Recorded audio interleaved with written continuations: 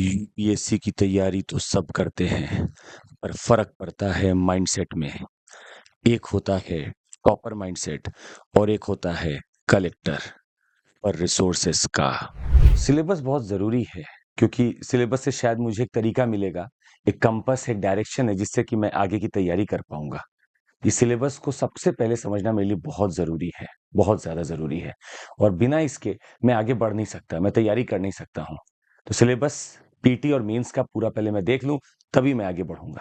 Syllabus बाद में देख लेंगे, अभी क्या करना सिलेबस देख के? अरे सब बाद में देखने की चीज़ है।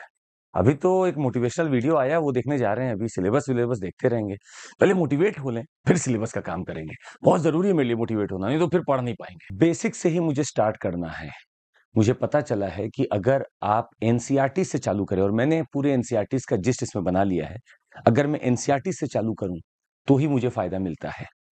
फाउंडेशन मेरा जितना स्ट्रॉन्ग रहेगा, उतनी ही ऊँची इमारत मैं बना पाऊँगा। अब मैं इस बात को समझ चुका हूँ और इसीलिए मैं चुनिंदा सब्जेक्ट्स की एनसीईआरटीज़ लेकर बैठा हूँ। अच्छा, इन एनसीईआरटीज़ में से क्वेश्चंस भी मैंने देखे कि प्रीवियस ईयर क्वेश्चंस में आए हुए हैं। पीवाईक्यूज़ मैंने जब सॉल्व किए तो देखा कि एनसीईआरटीज़ का बहुत बड़ा बोलबाला है, इसीलिए मैं इसको बहुत अच्छे से पढ़ूँगा पहले। और ख़ास करके इसमें हिस्ट्री और ज्योग्राफी का, जैसा कि सर ने मुझे बताया, हिस्ट्री और ज्योग्राफी का तो बहुत बड़ा योगदान है। मैं इसको ज़रूर ठीक से पढ़ना चाहूँगा। एनसीईआरटीज़, अरे वो कौन पढ़ता है? वो तो बच्चे पढ़ते हैं, हमने तो स्कूल में ठीक से नहीं पढ़ी। तो एनसीईआरटीज़ वेनसीईआरटीज़ हमसे नहीं पढ़ोगे, हम एडवांस बुक सीधे उठाएँगे।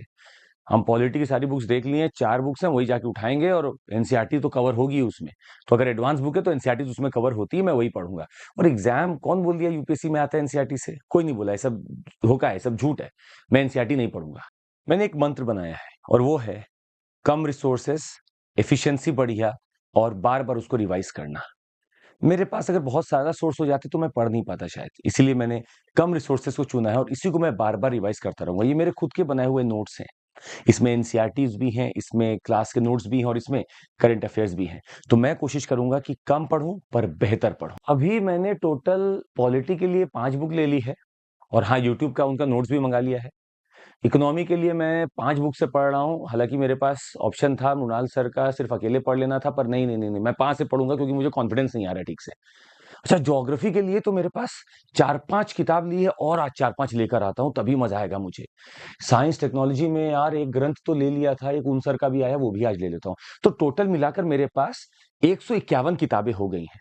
अब मैं एक शेड्यूल बना लेता हूँ इसको पढ़ने की। इतना रिसोर्स पढ़ूँगा तो इसके आगे क्या पढ़ेगा, इसके आगे क्या ही आएगा। और किसी ने मुझे बताया था कि जितना पढ़ोगे उतना कम है। ये मैंने एक रील पे देखा था यूट्यूब के, तो मुझे पढ़ना बहुत ज़रूरी है इसको। 151 किताब टू सक्सेस। जी हाँ।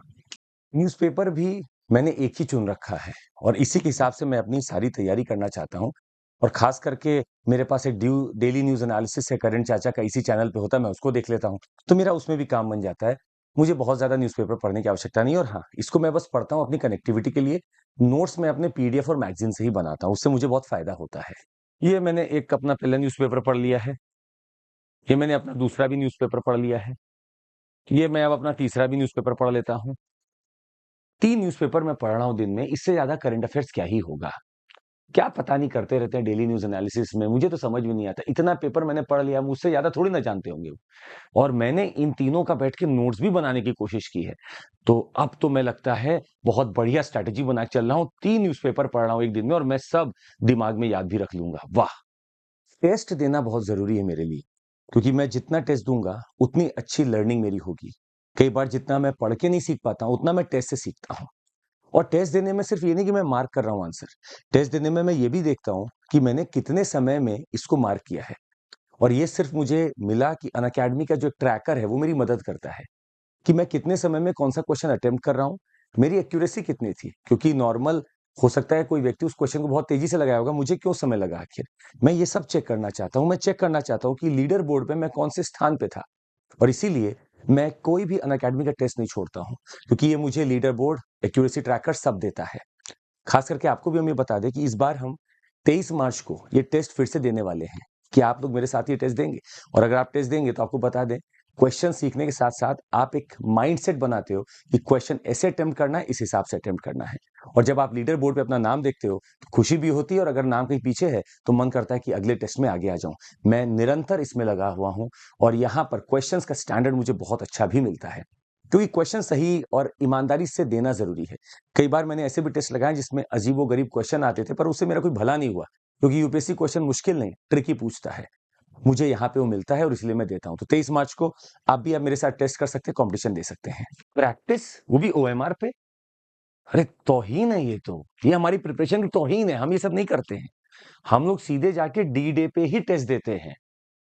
क्यों हम अनअकैडमी का बार बार टेस्ट देते रहे? भले ही वो फ्री कराते हो, भले ही स्कॉलरशिप देते हो, भले ही आईपीएल का कुछ भी हमें टिकट देते, हम क्यों करें? हमें नहीं करना है। हम सिर्फ डी डे जाके पेपर देते हैं और हम फोड़ कर आते हैं। अरे हमने इंजीनियरिंग किया ना, हम आपको बताते मजेदार बात, रात भर बैठ के पढ़ते थे और कभी फेल नहीं हुए आज तक। तो यूपीएससी कौन सा बड़ा चीज है? इतना कुछ कर रखे तो यहाँ पे भी हम सफलता हासिल कर ही लेंगे। सीखो भैया, हमसे सीखो, हम बहुत बड़े सीनियर आदमी है यहाँ के, हमसे सीखो। मुझे डिस्ट्रैक्शन ना हो इसीलिए मैं सिर्फ कंटेंट का ही यूज करता हूँ। इसमें सिम विम नहीं लगा रखा हूँ और इसको मैं फिर हटा के रख देता हूँ ताकि मैं कोई कॉल वॉल को अटेंड ना करूँ, मोबाइल से कोसों दूर रहूं। मोबाइल पे रहने पे मुझे लगता है कि वो मुझे अपनी तरफ खींचेगा, इसलिए मैं उससे दूर हो जाता हूँ। शायद इसी वजह से मैं अपनी किताबों में ज्यादा समय दे पा रहा हूँ और मोबाइल से दूर हूँ। आह, क्या आनंद आ रहा है इस रील में। वाह वाह। चलो और देखते हैं। अरे वाह, क्या बढ़िया। अरे वाह, मजा आ गया देख के। क्या मोटिवेशन बता रहे हैं, वो मजाक भी कर रहे हैं साथ में। वाह, तो बड़ा सीरियस मोटिवेशन था यार। चलो देख लेते हैं। अच्छा, कितना टाइम हो गया? अरे 5 मिनट बोलते बोलते 45 मिनट हो गया। चलो 5-10 मिनट और दे देते ना, 1 घंटे बाद बैठेंगे पढ़ने। चलो और देखो इसको। अरे ये एक नया गेम लगता आया है, नया गेम आया। चलो मेरे पास एक खेलने का और साधन मिल गया, ये नया गेम खेलूंगा। अरे कॉल आ रही है, उठा लूं क्या? क्या बात होंगी? चलो उठा ही लेते हैं। हेलो। हाँ ठीक है, मिलते हैं कॉफी पे मिलते हैं, ठीक है। अब कल से पढ़ेंगे, आज चलते हैं। मजा आ रहा है डिस्ट्रैक्शन में। चलो कल अब मिलाई करेंगे, कल अब पढ़ाई करेंगे और आज मिल लेते हैं चल के। दोस्तों, इस एग्जाम का सक्सेस रेट 0.1% है और आपने देखा शायद वजह यही है। हर किसी का अपना माइंडसेट है और हम लोग कोशिश कर रहे हैं कि उस माइंडसेट को बदलने की कोशिश करें। इस मुहिम में आप हमारा साथ दीजिए। टेस्ट देना बहुत जरूरी है, स्ट्रैटेजी बनाना बहुत जरूरी है, सिलेबस को समझना बहुत जरूरी है। नहीं तो डिस्ट्रैक्शन हमारे आसपास घूम रहा है, निगेटिव एनर्जी हमारे आसपास घूम रही है। कोशिश करिए इस वीडियो को उन लोगों से जरूर शेयर करिए जो शायद पढ़ाई के नाम पर बहुत कुछ करते हैं पर सही पढ़ाई नहीं करते। आइए हम लोग इस वीडियो को इतना प्रमोट करें, आगे लेके चलें, ताकि जो सीरियस एस्पिरेंट है वो समझ सकें और कुछ ऐसे एस्पिरेंट्स हैं जो अपना रास्ता खो चुके हैं वो वापस से अपना रास्ता अपना लें और टॉपर बन सकें। जय हिंद, लेट्स क्रैक इट।